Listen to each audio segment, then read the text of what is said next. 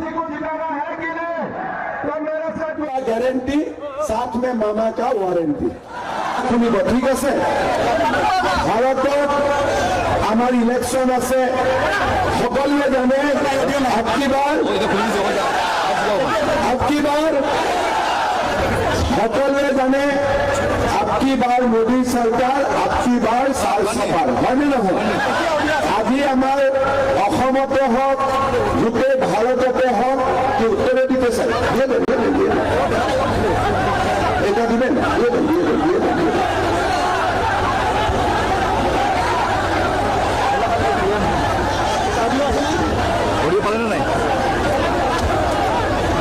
যে 26 তাৰিখে আমাৰ বৰাক ভেলীত ইলেকশ্যন হ'ব, হয়নে নহয়?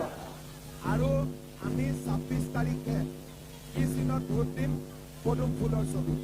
ঠিক আছে, এতিয়া পদুম ফুলৰ ছবিত ভোট দিলে কি হ'ব সেইটো জানিব লাগিব।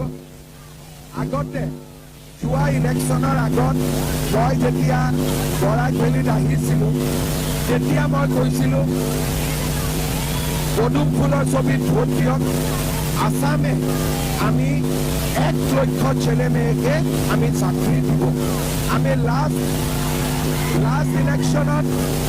ইলেকশনত মই কৈছিলোঁ যে যদি বিজেপিক ভোট দিয়ে 1 লাখ চাকৰি হ'ব। আজি ইলেকশন হৈ গ'ল, 3 বছৰ হৈ গ'ল, আমি 1 লাখ চৰকাৰী চাকৰি আজি ল'ৰা ছোৱালীক আমি দিয়া কাম কমপ্লিট কৰিম। এতিয়া অসমত চাকৰি কোনে পায়? ঠেলাৱালা ল'ৰা, ৰিক্সা চালকৰ ল'ৰা, গৰীব মানুহৰ ল'ৰা ছোৱালী, ছেলে মেয়ে। আগত কোনে চাকৰি পাইছিলে? ধনী মানুহৰ ল'ৰা, দালালক পইচা দিব লাগে। এতিয়া গৰীব দুখীয়াৰ ছেলে মেয়ে কাকো টকা দিব নালাগে, পঢ়া শুনা কৰি চাকৰি পাব পাৰে। এইবাৰ MP ইলেকশ্যনৰ আগত আমি 1 লাখ চৰকাৰী চাকৰি দিলো। এইবাৰ MP ইলেকশ্যন হৈ যোৱাৰ পিছত মই আৰু 50,000 চৰকাৰী চাকৰি দিম। 50,000 1 লাখ হয়ে গেল। আর 1 লাখ হওয়ার পরে এখন আমি আবার 50,000 চাকরি আমি আমার ছেলে মেয়ের জন্য আমি দিয়ার ব্যবস্থা করব। ঠিক আছে, পুলিশের ইন্টারভিউ হবে জুলাই মাসে, 3rd গ্রেড 4th গ্রেডের ইন্টারভিউ হবে সেপ্টেম্বর অক্টোবর মাসে। আর 2024-এর ভিতরে 50,000 নতুন চাকরি ছেলে মেয়ের জন্য দেওয়া হবে। ঠিক আছে,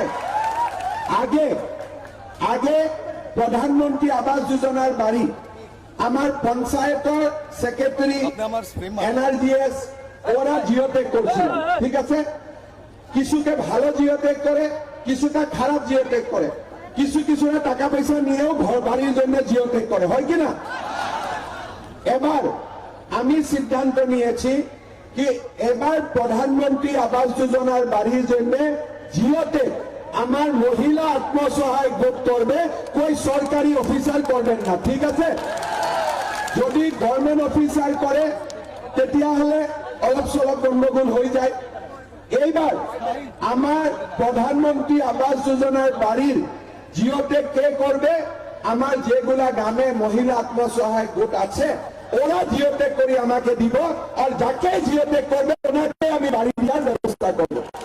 ঠিক আছে, ইলেকশনের আগে আমি অরুণোদয় দেওয়ার ব্যবস্থা করতাম। 830 টাকা প্রতি মাসে ব্যাংক অ্যাকাউন্ট। কিছু পাইছে, কিছু পাওয়া নাই। কোন পাওয়া নাই? হাত রাখেন তো, উঠান, হাত উঠান। আরে ছেলেগুলা হাতটা চড়ে দেন, মা গুলাকে হাতটা উঠানো। কোন মহিলায় অরুণোদয় পাওয়া নাই? হাত উঠান। এটা অরুণোদয় লাগে না নাই? সকলকে লাগে না নাই? এইবার ইলেকশনের পিছত মই আজি আপোনালোকক ডিক্লেয়ার কৰিছো, এই কোনো সিলেকশন নাই। যার বাড়িতে রেশন কার্ড আছে ওনাই অরুণোদয় পাওয়ার যোগ্য বলে মানি নেওয়া হবে। ঠিক আছে, যার বাড়িতে রেশন কার্ড আছে, কার বাড়িতে রেশন কার্ড আছে হাত উঠান। বাপরে, সবার বাড়িতে আছে। ক্যাথলিক ছাড়া অত অ্যাডভান্স, হ্যাঁ পুরো অ্যাডভান্স। হ্যাঁ, ডিজিটাল ইন্ডিয়া। ঠিক আছে, ডিজিটাল ইন্ডিয়ার জন্য কাটলিছাড়ার সবার বাড়িতে একটা রেশন কার্ড আছে। ঠিক আছে, হয় না? আর যার বাড়ির রেশন কার্ড আছে এইবার তার বাড়িতে একটা অরুণোদয় পাওয়া যাবে। এই আজি আমি আপনার সামনে ডিক্লেয়ার করে দিয়েছি, ঠিক আছে? পুরা 100%। এইবার অরুণোদয় কাভারেজ হবে 100%, কোনো 99% হবে না, 100%।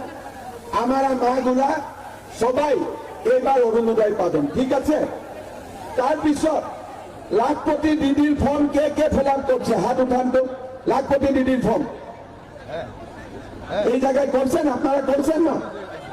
আপনারা করছেন? কেন করেন না?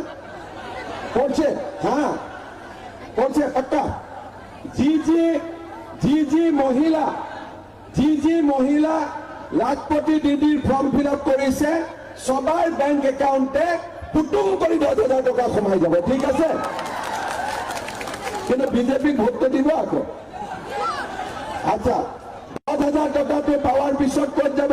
হাজবেণ্ডক দি দিম নেকি? হাজবেণ্ডক দি দিম নেকি?